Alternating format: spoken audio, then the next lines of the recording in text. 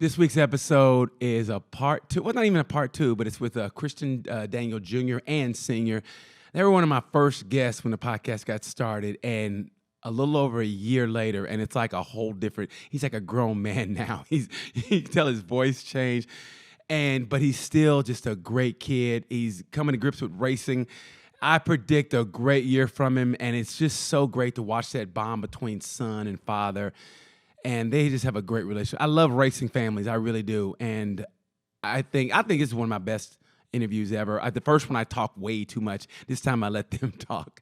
And so I think you're going to enjoy this second part interview of Kristian Daniel and Kristian Jr. Here we go. 1, 2, 3. Ladies and gentlemen, welcome to Tales from a Gemini. It's BT. And you know what? When I was starting out with this podcast, wanting to get racers on and everything, I came across a family that was racing. They living the dream over in Europe. They moved over there. And since then, we became tighter than Presley's pants. And now they come back on the show because they're kind of cult classics now. They're the reference point for people over here in the United States wanting to get into MotoGP or wanting to race in Europe. They're the litmus test. They really are. So if people look up to them, they are the role models. And right now, have them on the show for the second time. Kristian Daniel Jr. and Kristian Daniel Sr. How you guys doing, guys? Very nice, very nice. Hey, you know, it's been what, over a year. So I want to know one thing. Are you still playing Fortnite, Kristian? Not so much anymore. Oh, look at that. Somebody's grown up. When I first talked to you, you were playing Fortnite, just a wee baby, and now look at you. You got a little hair on your chin. He's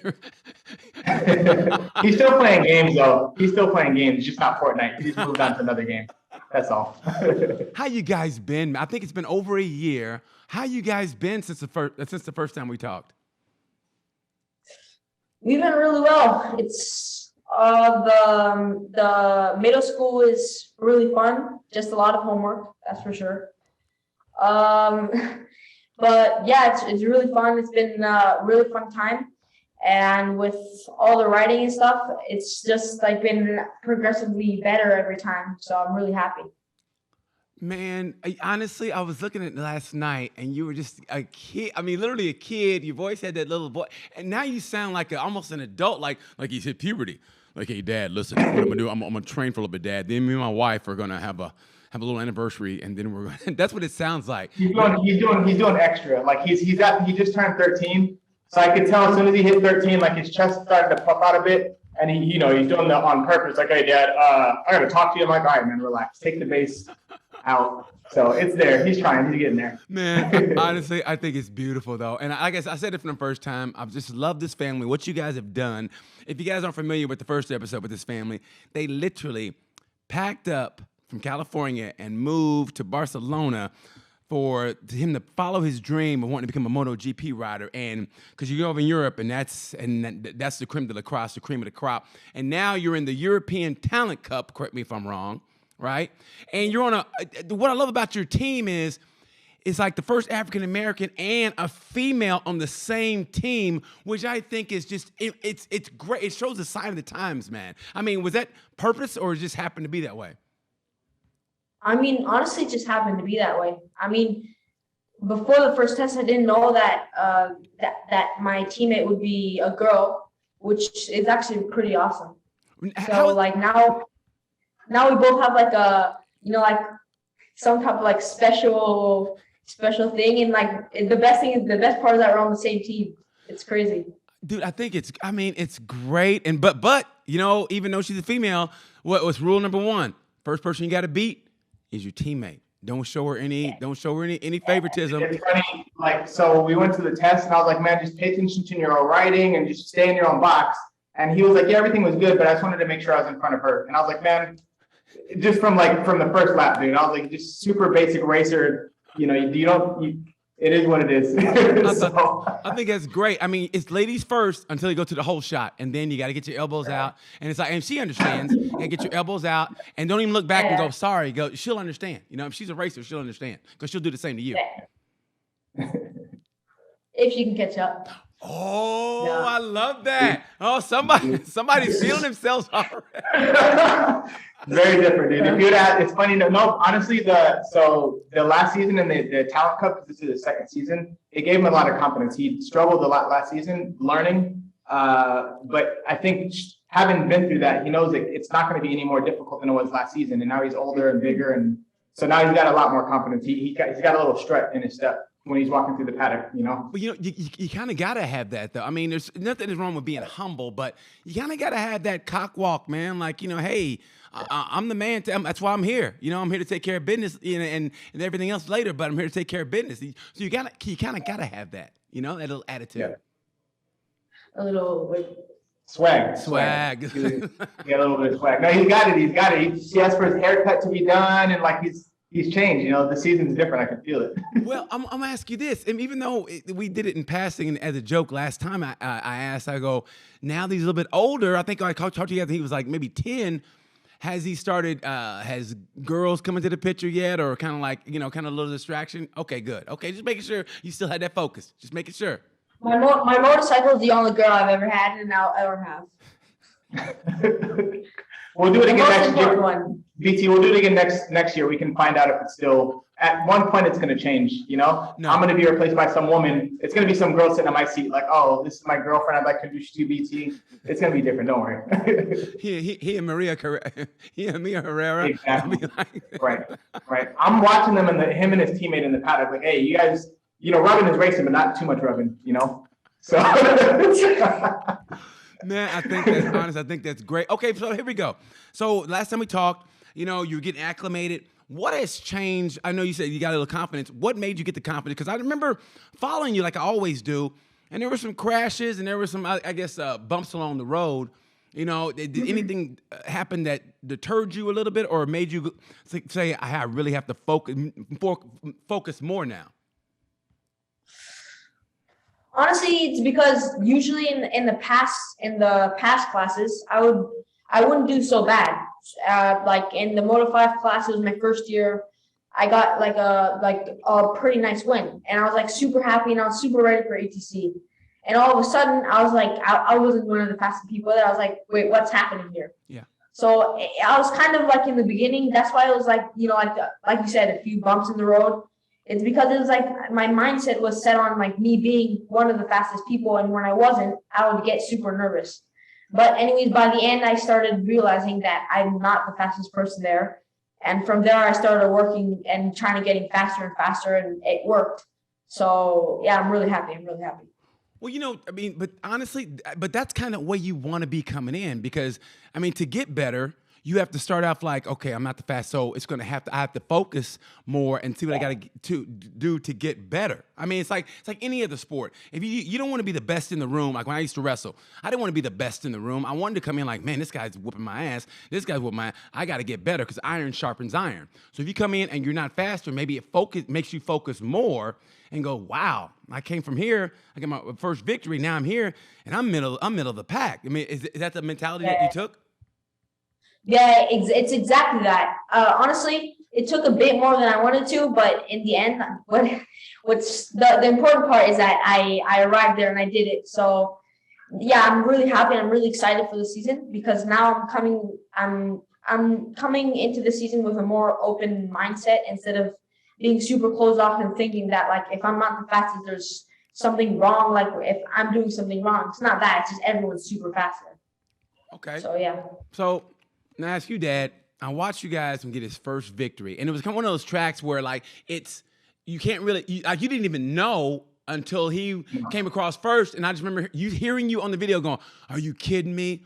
Are you kidding? And as I say this, I felt the goosebumps. I feel the goosebumps on my neck because I felt that win with you. Even though I don't have any kids, I felt that win with you because you were like, are you kidding me? Are you kidding me? What was that like, that first victory? For both of you? Yeah, so that was a victory. Yeah, so for me, so that was at Aragon as well, which is a great track. It was a big track. It was a close battle. He was one of the leading guys all weekend, but the guys he was racing against, even in that class, are still fast. So they were able to latch on, and it was like a three-way battle for the whole race. And they kept going back and forth and back and forth. And you can't, at Aragon, the track is so big and we're on the pit wall, you couldn't see anything, as you said. So when I saw him come around the final corner and it was just him, I don't know, it was like now at that moment I understood what the MotoGP guys feel when they're on the wall screaming, because my excitement went through the roof. I mean, I lost my mind, dude. It was like I couldn't believe it. You know, it was just I don't know. I couldn't believe it. I was super excited. We were surrounded by friends and stuff like that, and they were laughing at me because of how much I was screaming, and I recorded it that way and stuff. You know, I don't know. It was just a lot. You know, it kind of felt like up to that moment, all the work we put in and sacrifice and stuff like that, and mainly like for me, I feel like I put in work, but he puts in a lot of work. He's got to go to school. He's got to, especially now he's training hard. So up until that point, I feel like that moment, I was more happy for him because he got a taste of some success, you know, because a lot of these kids do a lot of laps and they don't get a chance to experience that. So I was really proud of him that he got a chance to do that after all the work he's put in. Did you cry? I don't know. Did you cry? I'm not a crier, man. Okay. I'm not a crier. Did you at least did you tear up a little bit? A little bit. I'm not, yeah. I think I got super, like, you know, I'm the dude I was probably breathing deep, and I go through, like, I couldn't let a tear down, so people were staring at me, you know, like, everybody's like, oh, I was like, I had to hold it together, you know? I was really excited, though. I've never been, aside from when him and his little brother were born, I don't think there's another day that I was, like, more happy. But again, it's mainly for him, just because the little dude, he puts in a lot of work. So I was really happy that he could experience that, you know. How about you, Junior? Like, and what about yeah, for that first victory, I mean, did you have that wave of excitement, like when you made the pass and you're coming around? Did you have like, Dad's gonna see me, or did you go keep it together? What was your feeling coming into that last turn where you're like, got to keep it together? Oh, I hear something in the bike, I got to keep it on, you know, keep the rubber side up. Or did you think about your dad? What were you thinking? Man, I mean, to tell the truth, it was actually like I was kind of laughing in my helmet because it was the last lap, the last corner. Yeah. And I was like in third. And like they were slowly like in the middle of the straight because the gearing was a bit shorter, so it was a bit longer. So at the end of the straight they started pulling away. And it's the last lap. It's like almost the last corner. I was like, okay, I'm gonna just settle for a nice third place. We were all battling for the whole weekend. Okay, that, you know, like I could take that. And then all of a sudden, I see both of them go like split out both ways. One of them crashes on the inside and the other on the outside. Both of them crash. Both of them go out. And I'm just looking at them like, what are you doing? Oh my God. And I remember I was just looking back and like, because the people behind us, like in fourth place, were like 12 seconds behind. And I was like, okay, what? I don't know how to do really, but what type of celebration should I do? And I was just like super like amazed, and I was so happy. Dude, what did you do across the line? You just did like a fist bump or something, no? Yeah, I did like a fist bump, and like I think I like revved the gas. Yeah. Man, I can only imagine what that feeling was like. Okay, can you hear like other riders through your helmet when you're racing? Like, hey, that was. I mean, can you hear that? If you guys ever yell and like with your opponent if you're that close? Not in a race, but at training at Rocco's Ranch. I remember one time I was riding with some pros. I don't know who. Remy's friend. Dakota? Yeah, Dakota. Dakota Momola. Yeah, Dakota Momola. Yeah. We were like, we were all training really hard. I was slower than them. This was like 6 months ago, I think. It was so funny. It was like a really hard training day. So much people there. I was on 100. He was on 100 as well. I remember I was like following someone, and then all of a sudden I hear, ah! It scared like. It was super funny. Like I imagine looking at myself like in like shock. That was the only time I heard someone else saying something, but aside from that, nothing. It's a funny story. They do that on flat track to like spook the people into making a mistake. You know, they do it solely for the purpose of like, so the guy freaks out and like goes wide or something like that. Really? So yeah, that happens. Yeah, if you're out with like all the fast guys, and you know, they'll do that to. The first time it happened to him, somebody did that to him like 3 years ago, and he came off the track crying. screamed at me. I was like, so keep riding, dude. But that, you know what? But that's good. But that is what Michael, the swimmer, what's his name? Michael Phelps. Michael Phelps. His coach would do that to him to prepare him for when the meet comes. You know, in the Olympics, like he would fill his goggles up with water, or maybe poke a hole in or whatever, so that if something did go wrong in the meet, it was fine. He was like, okay, I've been through this before, and that's what has to happen. You got to go through. It's like what they say. Expect the best, but prepare for the worst. And that's what it is. Someone screams at you. Something bad goes with the bike, whatever. You got to have that mental, man. No matter what happens, once the mental goes, then you're done. So as long as that mental is there, like somebody scream, no big deal, I got this. And that's what it's all about. That will prepare you for anything going wrong in the race. Somebody goes, like somebody maybe crashes in front of you, or maybe somebody in the back, you can hear him like, hey, you cut me off. Like, I'm not hearing you. I ain't trying to hear you like that. You know what I mean? And that's what that does, man. And that's what it prepared you for. Prepared you for that first win, and you got that win. Yeah. It was good, man. It was good. It was good.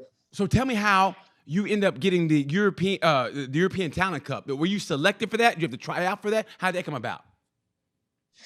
Well, there's no selection or tryout. It was mostly like every other class. The team sees you, they want you. You go with the team and you race. It's more or less like I said, like every other class. But yeah, I don't. So what happened was so he had a bit of success that season. Yeah. That race win, I think, put him on the radar. And then the last race of the season was at Valencia, and he was smoking not smoking it, but he was like a second per lap faster than everybody else that he was racing against. Mm-hmm.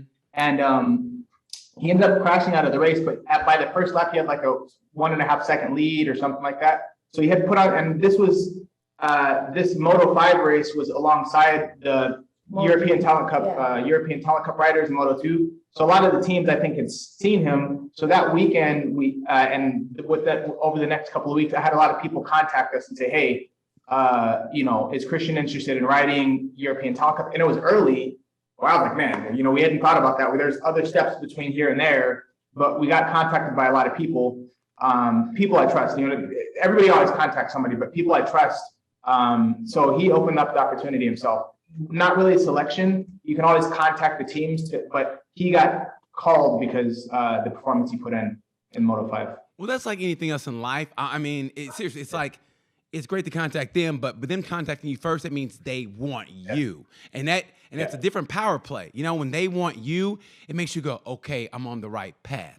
Where if you could contact them and they go, oh, okay, we'll get back with you, and it has you thinking, but that's where you get the talent if they contact you first. Now, I'm gonna go back. What if they wouldn't have contacted you? I mean, would you have been worried, do I have the stuff? I mean, because you're over there a couple years, whatever. Was there ever a time that you doubted, maybe I don't know, or did you know, hey, I can hang with these guys? When was the first moment that you realized I can hang with these guys? Well, the whole time, honestly, it was actually super funny because when my dad told me, because like my dad said, there's levels, there's steps. Yeah. And I think ETC is skipping 2 or 3 steps, in the process, And I remember he was like, hey, do you want to race ETC? And I was like, ETC, where David Alonso and Ivan Ortola and all these guys are. It's like, you mean ETC, ETC. Yeah. This is the thing, I look up to all the people that race inside there, and I'm going to race against them. It's this is crazy. And he said, we might as well give it a try. I mean, there's. Well, first he said no. True. First I said no. At first he said he wasn't ready because the idea was it was too big. And honestly, looking back, it was a huge jump. I think because he was on Moto 5, then it would have been Moto 4, then pre-Moto 3. There's 2 steps that, okay, I got to go master these categories. We were already planning for Moto 4 and trying to figure, okay, what do we do? So that's if he got pulled right now into Moto 3 World Championship, Okay. He'd be like, I don't feel ready for it, Yeah. So when I first told him, he said he wasn't ready to add to the story. Yeah. And then as time went on, after he started thinking about it a bit, then he came back and he's like, no, I want to give it a try. You kind of almost have to. It's like when Bender going into MotoGP from Moto3, and Jack Miller the same way. I mean, it's like, when do you get ready? I mean, don't get me wrong. There's steps, and I mean, and there's different forms of thinking about this because Marquez says, hey, Moto3, Moto2, win the championships, and then you go to MotoGP. But when they come knocking, hey man, sometimes. Yeah. I mean, when you got to take that call, and and it forces you to be uncomfortable, but it makes you focus. Like, okay, if they think I'm good enough, I am good enough, and you accept that and you go for it, and that's what you've done. Yeah. I think I wanted to highlight too. I feel like, there's no right or wrong decision. So when we were approaching this, it ended up flipping around because as I did research and I thought about it a bit, and I talked to families, I ended up thinking, okay, we should wait. To go to ETC. So then he was all excited to go. And I was like, wait a minute, no, wait a minute. So the tables turned. But at the end, we had a really long talk and I asked him, why does he think he's ready? What is he expecting? And he convinced me on what he wants to give it a try. He's like, I know these are the fastest kids in the world. I want to go for it. I want to see what happens. And it was early. I think psychologically and emotionally last year, like what he said, was the hardest part of it. But at the same time, it made him mature so much as a professional rider. It was worth it. It was hard. There were some really difficult points last season. But I look at him now, psychologically and mentally, and the way he trains and his intensity. Yeah. I don't know if he would have picked that up in those smaller classes. So I think last season it was hard, but it was like school of hard knocks. It taught him a lot. What was the lowest point at that time when he got called up? Like, was there a point where you go, oh shit, maybe I should have waited or whatever, or was there a point like that? We had one or two, I think. Yeah, for sure. I remember at Barcelona, Mm-hmm. at basically my home track. I was doing really good the whole week, like basically in the points, or in the spot, where I would qualify and stuff. And the race before I qualified in Valencia, and I was super okay, this is my race. I've been doing good the whole weekend, and I'm super ready to do this. And we came into Saturday, and everyone went so much faster, but everyone on the grid went 2 or 3 seconds faster than the day before. And I was like, man, I'm not I was not expecting people to go from one spot of the weekend where I thought I was pushing my maximum, Mm-hmm. giving it all in, and everyone out of nowhere gets the 3 second Advantage. freaking advantage. Yeah. And at that point, it started my mind started to cloud, maybe I wasn't ready for ETC, maybe it wasn't the best. Uh-huh. But by the end, for example, at Perez, which was the second to last race, Mm-hmm. I was I remember in the qualifying and in the last chance race, because I didn't make it through, but I was super close. I was one spot off. I remember there's a problem with the bike in the first quali, and in the beginning I was super frustrated because I was as well. I was doing really good all weekend, and I knew that everyone like I said, everyone will go faster, and I need the qualis to also go faster.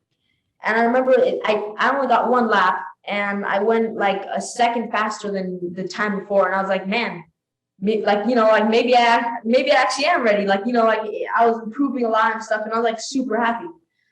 And then it was the second qualifying, and I was like, okay, we got this. We're gonna keep on improving, and we're gonna make it in, because it was so close the whole time. So I was super pumped, and I was like, man, this is actually the right path. I didn't make it in the end, but it was super close and super fun, and that's the important part. The last chance race was also super fun. So yeah, I think from there, from the second to last race, I started to think again, I'm myself, it might take time, but I'll get there by the end. Now, did you put pressure on yourself, or was it oh God, I got to show this team that I'm good enough? I mean, was it more like I got to show this team I'm good enough, or is it like I got to show myself that I'm good enough? Sometimes, like you don't want to disappoint your dad or me. I never want to disappoint my dad or my coach. To me, my coach was the biggest one I didn't want to disappoint because there's that look they have and you go, oh God. And that made me want to try harder. When I saw my coach have a look on his face like, God, I mean, it made me go, okay, I got to try harder. So which one was it? Was it didn't want to disappoint yourself, your dad, or the team? It was mostly myself, honestly. I didn't want to I didn't want to do worse than my expectations of myself. So like I would just put so much pressure on myself. Like looking back, it was super like ridiculous because like by the end I would always like get to where I need to be or super close. Mm-hmm. But yeah, like for example, the next day I remember because I got fourth, and third and fourth can you can do the warm up the next day. So I did the warm up. I came back inside, and somehow I did the time that would have qualified me. Are you serious? Yeah. In the he got in his own last season. He got in his own way a lot. It was because the practices would be Thursday, Friday, and then we'd have qualifying Saturday and races on Sunday. And most of these tracks were new, so he was learning the tracks most of the time. So we kind of rode off Thursday, but and he was also learning the bike. So Thursdays would usually just be get comfortable and push. Mm-hmm. Friday was like, okay, now we need to push maximum. And what would happen a lot of times is Friday, he wouldn't really improve on his Thursday lap time, really much, and they were it's like he had a mental block because I think he wasn't moving forward as fast as he thought. Right. So when he went out there, that was all that he was thinking about is I'm not going fast enough. That's what it seemed like from the outside. And it was difficult to watch, because I saw him just beating himself up. And there was nothing I could do. I tried, and I was like, "Wow." I was going to ask you that. I mean, how was it for you as a dad? I mean, I know the dad part of you wants to go in and say, "Son," I mean, whatever. Like you I don't know if you're a hugger or whatever, or saying it's going to be okay, or you go, "I'm letting him figure it out on his own." Or how did you go through that? I don't think. I think I didn't handle it the best. I'm supportive. But I learned a lot as a race dad as well, because in the previous seasons, I was there and we managed well. Yeah. But it was something I had to learn also by the middle of the season. Normally, the team would talk to him mostly. I was there. I think I was unintentionally adding pressure, even though he didn't mention it. I think I was adding pressure unintentionally. I believe in you. You can do this. You got this. I know you can do, boom, boom, boom, boom, boom. But I think looking back now, and I realized it halfway through the season, there's nothing that anybody could have said to him because the battle was going on inside of his head. So there's no word of encouragement that I could have given him at that time. It was just a process that he needed to go through last season, and as he said, as it went on. So I think I'm more of you got this. I believe in you. You can do this, focus, believe in yourself. Because for me, mainly, most of it was he didn't believe that he had the ability to be there. Yeah. I don't think last season, in the beginning part of the season, I don't think he believed that he had the ability to be there. So he was riding like 50, 50, 50, 50, he was going, but then he would stop at a point because, I don't know, but then he would do it at the last moment, then he would pull some magic out. And I'm like, no, you got to do that on Friday and Thursday, So I learned a lot as a race dad. To all the race dads watching this, what the team told me, honestly, by the end of the season, they're like, yo, you have to go outside the box. I know you're trying to convey love, but yes, everybody can see the stress on your face. Yes. And you gotta balance, you gotta go outside the box. So by the end of the season, I would just go down the service road where the photographers are and stuff and just watch them ride. I told them, don't tell me any updates about what's going on in the box because I just want to be here to say, you got this, I love you. So if I was to redo it again, I wouldn't say anything about racing. I would just say, I love you, you got this, don't worry about it, let's go have some ice cream. That's the best thing a dad can do at that level of racing. There's nothing better I can tell him than what the team's already telling him, Well, that's what, I think that's what Dennis Foggia was going through. I mean, with his dad being in the box, or I heard whatever. And even Marquez tells his dad, listen, don't ask me about this and that, just be there. I mean, but don't say shit to me, basically. I mean, all of it.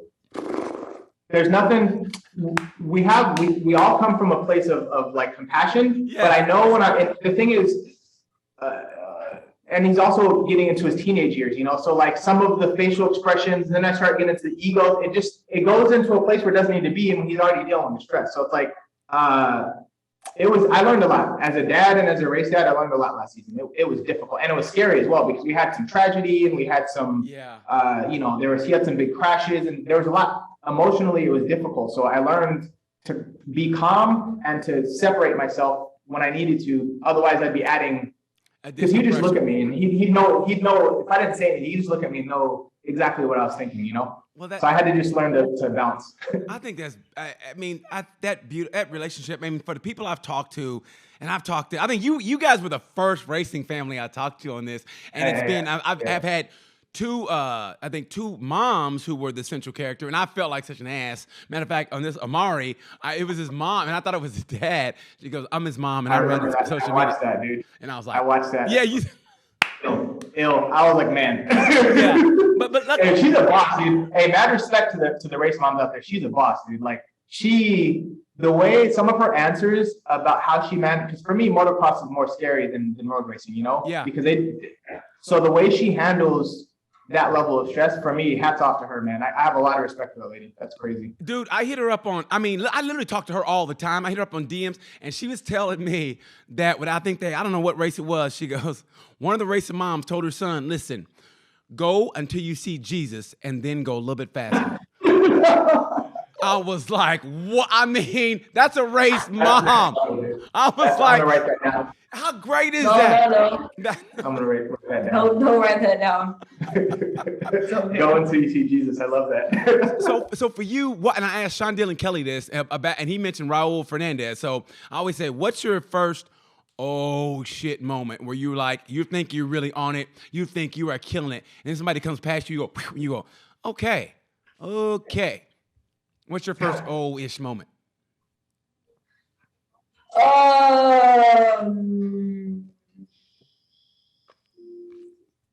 Where you realize how fast the guys were. Yeah.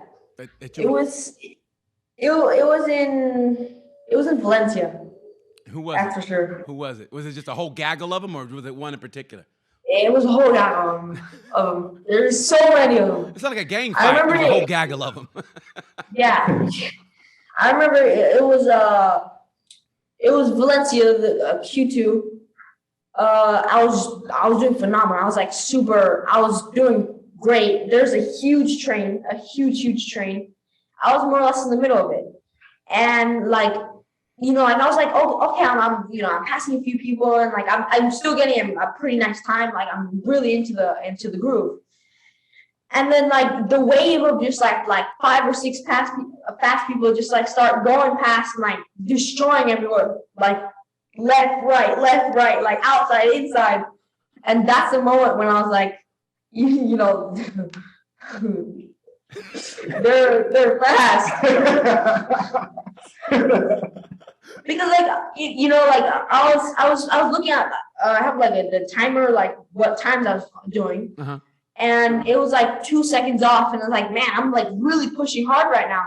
And like, just a whole bunch of people just start passing me. Like when I'm like full concentrated, like like the horses that they have the thing like this. Yeah, blinders. I was literally like that, like straight forward. Like I'm not joking around anymore. And like I just get past like nothing. And I was like, man, this is messed up. Hey man, but you know what? It's paying off now, and that's what I mean. Look, like I said, if you guys get a chance to watch Sean Dillon Kelly interview, he said the same thing about Raul Fernandez. Asked him about what that first moment was like, and he was in I think Red Bull Rookies Cup, and he said he's got it pinned going to a ref and I forget what turn it is. He's like he's feeling good about himself, and Raul Fernandez comes on the outside like, whew, and he's like, are you serious? Really? This is what I got to do? And he backs in. He's like, really? Really, that's what I got to do. And that's what it's about, though. But like I said, you always want to be that dude. You don't want to be the best in practice or whatever. You want to be like, okay, this is what I got to do. And it should inspire you to be that way. So for somebody to look at you and go, I got to be like this guy. You know what I mean? Yeah. So when did you know you had to up your fitness game? Because I've seen you before when you were smaller, you did a little mountain biking. Now I was watching your videos of training in the gym. I'm not gonna lie, I'm gonna keep it real. I watch your videos like, I got to do what you're doing. So I'm in the gym on the balance ball. I'm doing that. People think I'm crazy. I'm like, I got to get ready for the season. They're going, what season? I go, don't worry about it. And I mean, I'm a grown-ass 52-year-old man going, I got to get ready for the season. I mean, I'm literally I'm doing all the things you're doing because you've inspired me. I'm trying to get my balance down. Like, what season am I going to do? But still, that's what I'm doing. I mean, I went and cycled today 20 miles. I knew I was talking to you, so I had to get my racing kind of everything about me because that's how you look good. You look good. You're glowing. You're glowing, BT. You look good. So tell me, when did you know you had to up your fitness game?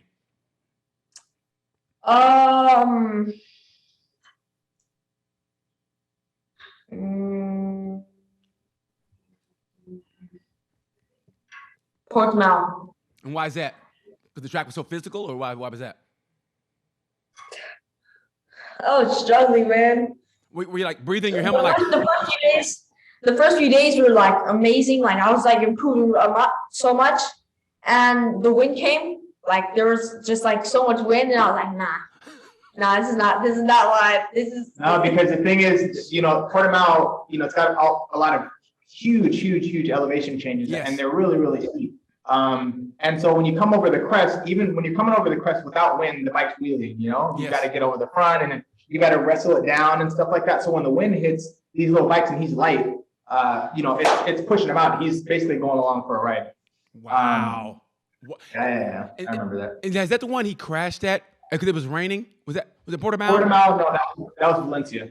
Okay. I don't think he didn't crash he backed off. In Portimao, he backed off because the track was scary on its own, and with the wind, he was just like, I don't feel comfortable at all. A lot of riders feel that same way. It's really crazy. It's fun, but it's crazy. Well, because I follow you guys. I mean, I really do. I follow you guys. Everything you guys do, I follow and try to like and everything. I really do. I mean, you're not inspiration only to me, but to other riders. Because, I talked to EJ Jr. over here. He's trying to get his race on, and his father said the same thing. He was like, hey, man, we're new to this.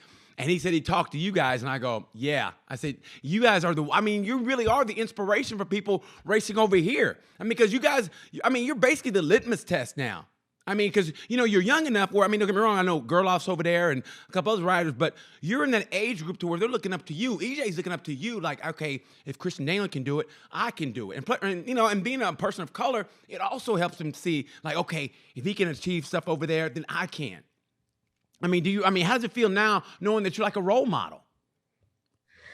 Well, to be like totally honest, it was only like maybe a month ago that I found out that like a lot of people are like looking up to me because no joke, I really thought like everyone just, I don't know, like forgot about me. I swear, I forgot, like, like the people like you and some other people, like the really core friends and stuff, but like I never knew I was like that, like, Dude, you that dude. You hear me? Listen, you that dude, bro. You that dude.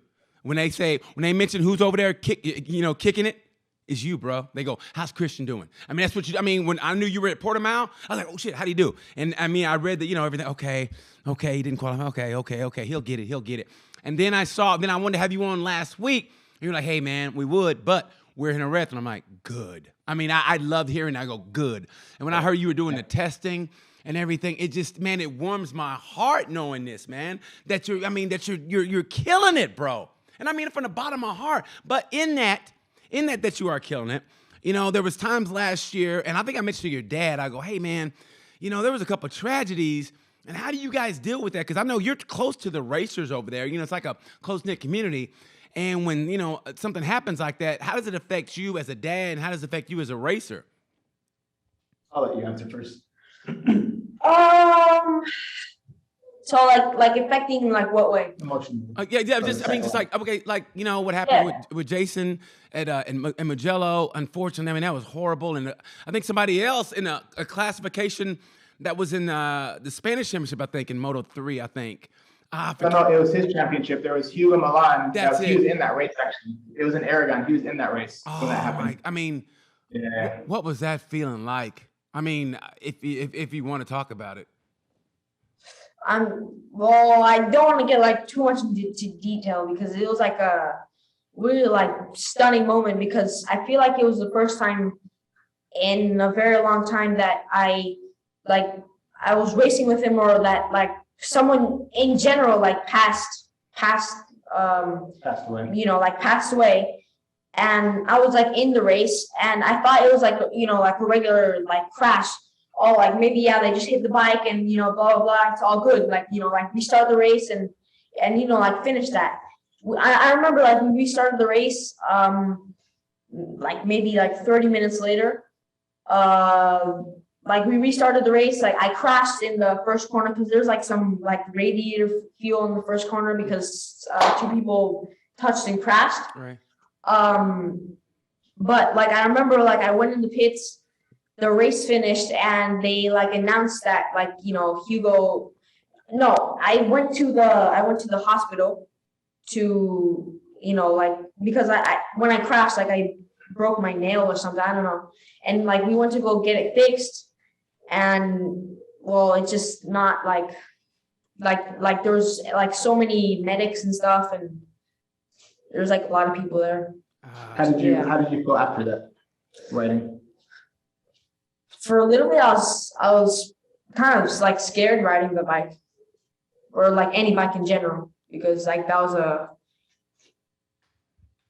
really shocking moment. Did you talk to anybody about that? Like maybe a former racer, and say, how do you get over that mentally and get back on the bike and do what you got to do?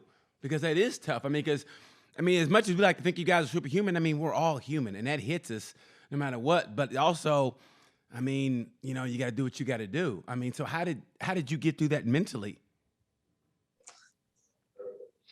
Well, I mean, honestly, I just like, and like, no offense, like I just put that aside, and I was like, okay, like this is my dream, like, and now I really know like the cost of like riding a motorcycle, like it's a dangerous sport. And I guess it hit me, but like I was just like keep on moving on and like just keep on racing. How about you, Dad? Yeah, it was hard for me. Also, I wanted to point out, like I was driving to training one day with him and a friend of ours, Torrin Collins from Canada, and it was right after this happened because Torrin Collins was also in this race, and they were in the back of the van talking about it. I can hear them talking through they had their own little like therapy session. Yeah. So there was a few conversations between racers that they were having, I think, that helped them express themselves, and we talked a lot about it. So that I was really proud of him and all of his little colleagues and how professional and empathetically they talked about it. It was really hard for me, to be honest with you. It's even hard to talk about it because I saw the parents like by the medical center crying and stuff like that, so like that I cried. So I said I wasn't gonna cry earlier. I cried then because that's just something that you don't want to imagine, and it's something I couldn't even imagine the pain that they were feeling and the devastation, and it for a couple of weeks, like I didn't even want to touch a motorcycle. I was ready for them to quit, and because it's a big cost, we say we understand the cost for the dream, but it's like at that moment when it's in your face, it's difficult to deal with. I called people, we're really close friends with Kenny Noyes, and while he didn't pass, he was paralyzed in a crash, right, which is the next closest thing to that, So I had conversations with him and conversations with just with a lot of people about other dads, how they're dealing with it and stuff like that. And Kenny Noyes wrote a book that talked about his recovery process and stuff like that, which I highly recommend. It helped put things into perspective. To not blame motorcycling for the tragedy, because tragedy happens all the time. Right. But I was blaming motorcycling as a sport. It was just difficult to watch, a lot of mixed up emotions, but it was one of three in the season, and we knew all three of the kids. So there, Jason, we didn't know him closely, but we trained with him a bit. Yeah. Hugo, he was on the racetrack when it happened, and then the last guy was Dean Vinales. Yes. Maverick Vinales' little cousin, which him we did know closely, Yeah. So it was last season was the only times I've cried in the past like 15 years was when that time, but just because they're young, it's sad and it's still difficult. It's still stressful, but I put my faith in him that, he now understands the risk that he's taken. And if he feels not comfortable or if he feels like he doesn't want to do it, I know he's able to make that decision. So I kind of leave the ball in his hands at this point. And I put my faith in him, and that's it. Now, do you think, they made some rule changes, and obviously MotoGP, in relation to what happened. But do you think, just by the sport in general, it's going to be dangerous, but do you think anything needs to be done different? Like, they made an age requirement, whatever, but do you think that's enough, or you think it's just one of those things that's going to happen? It's the nature of racing. 50-50. So, I don't think, if you look at the crashes, I don't think they were, the age change, I think, is a good thing. I don't think it's directly connected to the tragedy that happened. Right. It's a good thing because you have really young kids going really fast. To put it in perspective, I talked to older racers, and usually when they got to the level that he's racing at now, they were 18 years old. You know what I mean? Before, 10 years ago, 15 years ago. I think the age change is good because it makes the families slow down a bit. We have a lot more time before they can arrive, which is good. So nobody's in a big rush, because here at this level, everybody's in a rush to try to get a spot and things like that. From a safety perspective, I think the biggest problem is the rider culture. So it's really, really, really aggressive. We see it even in Moto3. You see people, I think the penalties, in my opinion, need to be a bit more strong for dangerous riding. You see people that are standing out across the track on qualifying, and they get a long lap penalty. Well, that's the same thing you get for, going into the green. It's like, well, no.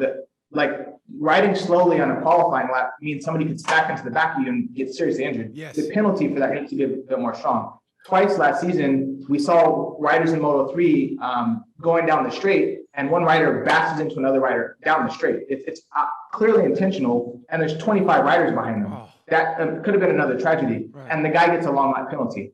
So in those situations, I think that the sanctions, in my opinion, need to be stronger to communicate to the riders to think a bit more, take a little bit more intelligent risk. It's risky. You can't remove danger. I think most of the accidents that happened, Jason DePasqui's crash, as an example, had nothing to do with age or nothing. It was just bad luck, Racing thing. Yeah, it's a racing thing. Yeah. So I think those tragedies are about bad luck, but there is a lot of dangerous riding. I think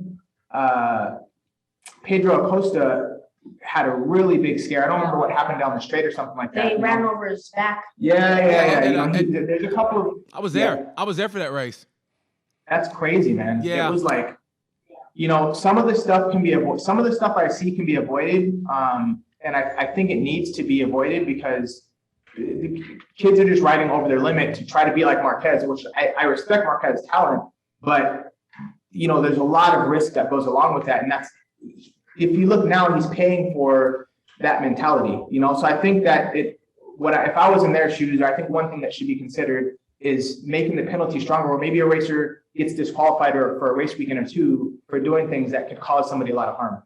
And then the racers don't ride as crazy, and there you have it. You look back to Jorge Lorenzo when he was mad at Simoncelli, and while there's a lot that's changed between now and then, now that statement for me is super relevant. He called it. He called it. Yeah. And I'm not being a jerk towards Simoncelli or the family. I'm not disrespecting them at all, but Jorge called it. And there's a lot that goes. It's a tough one, man. Yeah. Tough one. Yeah. Not an easy one. Yeah. But moving on. Yeah. Hey, you guys train with the who's who of star. I look up, you're with one of my favorites, Xavi Artigas, Sara Mikota. The guy is the greatest guy. I love talking to him. You were with Garrett Gerloff. You were with Dakota Momola. I don't know what Dakota does. He just hangs around and gets a job. That's all he does. He's Remy's side man, dude. He's his homie. Yeah. 1 minute he's racing. Next minute he's calling a race. Next minute he's at Rocco's Ranch. Now he's the side man at Kyle Crutchlow. Now he's with Remy. What does he do? I don't know, but anyway, you guys are racing. With the who, we're training with the who's who. So what do you learn from those guys, and what do you pick apart? Do you just ride with them? Oh, this is great, or do you go, let me see what they're doing, or how do they go into a corner, or how do they? Or do you pick their brain? Yeah, I remember one day at a track called Cyan. It's about an hour from my house, and I was riding there, and Jack Miller and Daniel Maverick Vinales were there with their ovales, and obviously they're crazy, they're crazy fast. And I was like, man, at least try to stick with them for a few corners and stuff like that. And I was like, okay, so here I have to slide it in a bit more to turn it around and get on the gas a bit early, stuff like that. So usually when I ride with people, I improve a lot. But do you ask them questions on the breaks? Do you go? I mean, do you try to just pick their brain? Because I know I would probably get on their. I get on their nerves now. I mean, so I know if I was racing, I'd really get on their nerve. Do you sit there and ask them questions like, "Hey, blah blah blah," during the start, where do you go? What do you, during the whole shot, what do you do? Blah blah blah. I mean, do you do that? Honestly, I don't know why I don't, but it's just I don't like asking other riders for it drives me crazy, dude. We ride with all these professionals, and I'm like, can you please? Because he'll ask me, I don't know how Chavi is doing, blah blah blah blah blah. I'm like, he's a good friend of ours. Why don't you just go ask him? Yeah. No, it's okay. I'm like, well, I think it's his pride, man. I think it's just a racer's. It's a rider's thing. They don't. Unless you have a coach, they don't do that. I think it's just a pride thing. You just show up, and they don't want to show weakness. I don't know. I don't know what it is, but they don't. No. I wish he did. I end up asking a lot because I'm like, yo, he's asking me, and he's not going to ask you directly, but he wants to know, how do you do that? Then I'll take notes, and because otherwise I'm like, the teacher's right there. This is the guy. Ask him. Yeah. Well, like he just said, it's a rider thing, Dad. You wouldn't understand. I mean, that's what he just basically said. Matter of fact, it made me mad that you put your dad out on Front Street like that. Go to bed. Seriously, just go to bed. Yeah. Hey, has your Spanish improved yet? Has your Spanish improved? My school says I'm fully fluent now, so that's good. In your school? How fluent? Okay, I want you to answer a question in Spanish, because I did this last time. Let's see how good you've gotten, okay? When does the season start, and what are your predictions on the season? Answer all that in Spanish. When does the season start, and what are your predictions on your season? Mr. I can speak fluent Spanish.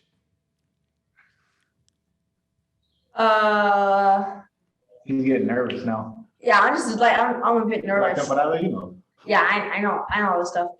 La temporada comienza el 21 de abril y pues mi predicción de este año es que sea, no sé, muy divertido, y como ya he corrido un año en European Talent Cup, pues no sé, este año es para ya ganar y tener puntos y estar en los puntos y estar en el top 10 y todo esto.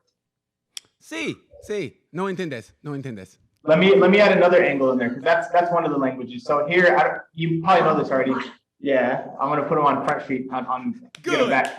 Good. So do it in here. The local language is Catalan, which in Catalonia. Yes. So so now there's no such thing. Yeah. Come on, do it in Catalan, because he speaks 3 languages fluently. Do it in Catalan now. Oh, Catalan. Come on. I don't know how to say it in Catalan. Okay. Yes, you do. Yes, don't see. You did your dad wrong. Your dad set you up, and you did him wrong. How could you? He's shy, dude. He's just shy. Now, how is it? I never understood with Catalan and Spanish. There was a little thing going on back in the day. So that's a whole different language, isn't it? Yeah. It's just so it's been like that. So there's a lot of French influence in Catalonia. So it sounds like, in my opinion, from outside, like they mix Spanish and French a bit. That's what it sounds like for me. And that's kind of how the language is formed as well. Okay, gotcha. And he speaks it, but he gets shy. If he's around a bunch of Catalan people, then it just comes flying out of his mouth, and they're like, "What the heck?" So when does the season start? When does your season start? It starts in April. No, May 8th. May. Okay, so you got a month and a half to go now, probably a little bit more. Yeah. Are you ready? Do you feel real? Do you feel ready? Yeah. What do you have to work on for you to get to that? I mean, to be the top tier. Who the riders that are predicted to be at the top in your field, right now in Moto3 and in ETC? Honestly, I don't know anymore, because the people that rode the season before I came in, mm-hmm. I predicted them to win the championship with no problem. And out of the blue, people that came from Moto 4, one of the steps to ETC, out of the blue, his name is Maximo Martinez. He won in his first year. He won the championship. So now I really don't know who's going to be up there, who's going to be the fast. It might be me next time. It might be me. I was going to ask you that. Now, I mean, with what you have with your team, do you feel confident you could win a championship? For winning a champion, obviously, if I can, I would. But I just have to put a lot of work. And the thing is, everyone puts a lot of work. So what I have to do is I have to work extra, triple times extra from like everyone else to get to their level. Like imagine it's like this. I have to work triple times to get to their same level. Are you prepared to do that? Are you prepared to do that? Yes. And now, is it mentally or is it more as a physical thing? It's really mental.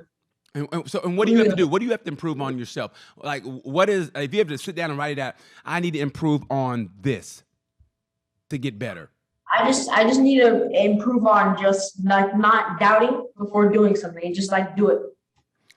I had a conversation and this is my second podcast this week. I'm getting 2 in a week, which is great. I had a racer out of England named Lissy Whitmore. Talked to her about it, and she goes, I have no kind of mental process. I just go out there and do.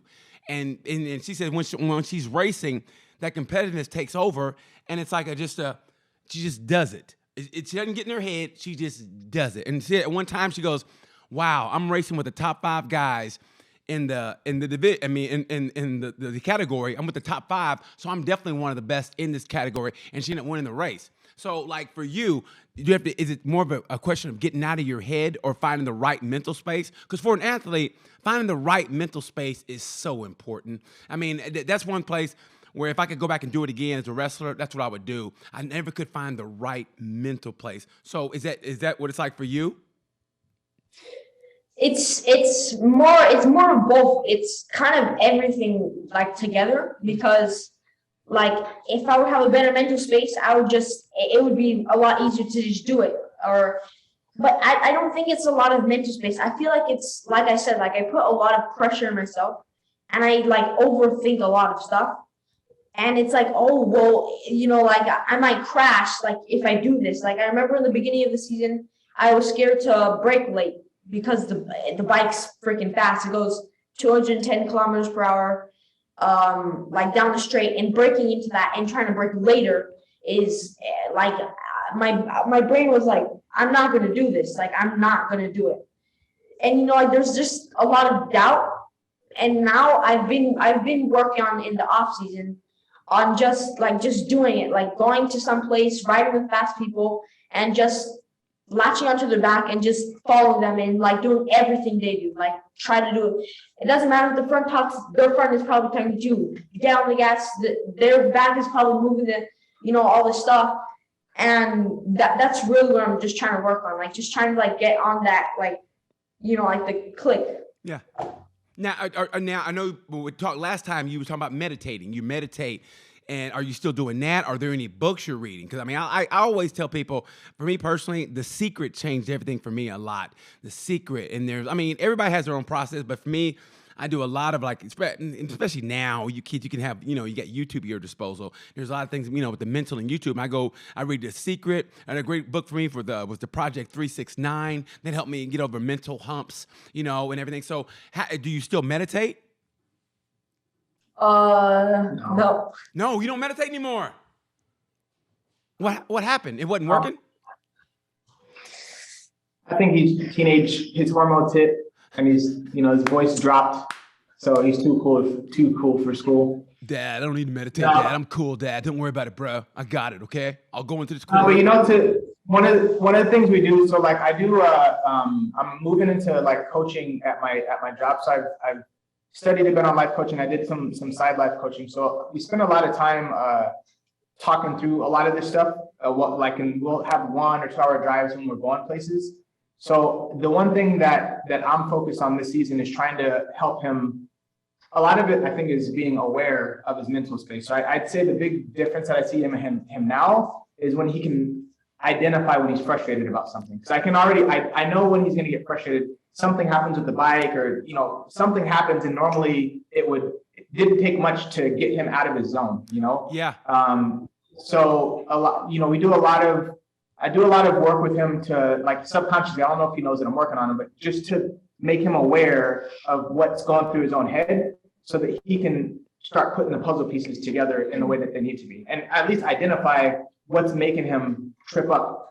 What's blocking him mentally, so now he's able to identify. It's happened a few times in training and stuff like that. He'll say, yeah, I felt this way on this lap, so I took half the lap off, and then I cooled down and I got my head back in the zone, stuff like that. So we don't meditate, but it's kind of a habit to talk about, and it's not just with writing though, it's with school, with the family. It's just being aware, period. First of all, like I said before, school's so overrated. I mean, who needs an education? As long as you can ride a motorcycle, that's all that matters. You ride a motorcycle well, that will give you all the education you need in life is riding a motorcycle. I mean, seriously, that opens so many doors. Who cares about reading? I mean, we're gonna close it. The meeting's over. The meeting's over, bro. You've undone all the work I've done over the past 13 years. I appreciate it, bro. No. Hey, on that train of thought, I got like a friend that's he's a motorcycle rider. I'm pretty sure you know Joe Kelso. He's in Moto3 right now. Yes. Yeah, I want to hit him up and see if he'll do the podcast. I want to talk to him because I know you guys are close to him. So yeah. Yeah.